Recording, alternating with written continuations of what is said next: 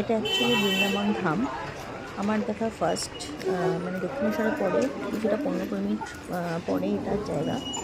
তো ভীষণ সুন্দর একটা জায়গা। এখানে শ্রীকৃষ্ণের অনেকগুলো রূপ দেখিয়েছে। শ্রীকৃষ্ণের জন্মস্থান, মানে জন্ম কীভাবে হয়েছে, প্রতিটা কাহিনী উল্লেখযোগ্যভাবে এখানে তুলে ধরেছে।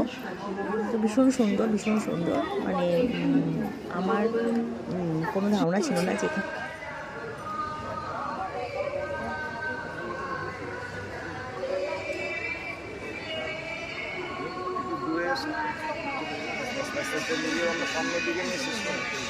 হ্যাঁ, এটা একটু তুলে নিয়ে দাঁড়া পুরোটা। এইরকম মনোরম কি সুন্দর।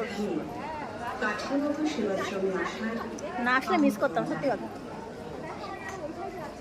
তাই না মৌসুমি?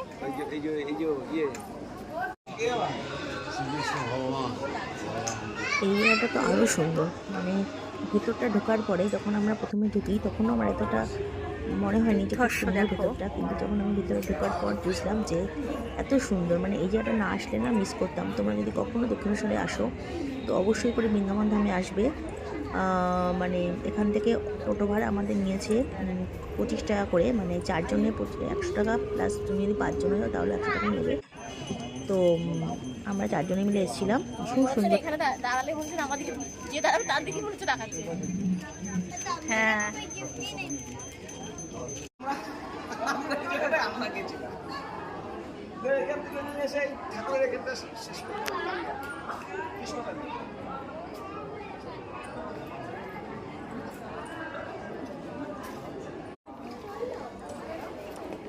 দুর্দর্শন মন্দিরটা মানে খুবই সুন্দর। কাউকে বলবে না গিয়ে ওপরের মধ্যে দেখেছিস বলবে না, একদম বলবে না, দোষকে তো বলবেই না, ছবি টবি দেখাবেই না। না আসলে মিস করতে এখানে না, ঘোষবাবু তো আমার বন্ধু না, আমার বন্ধু না তো দেখবে কি করে, তোমার বন্ধু তো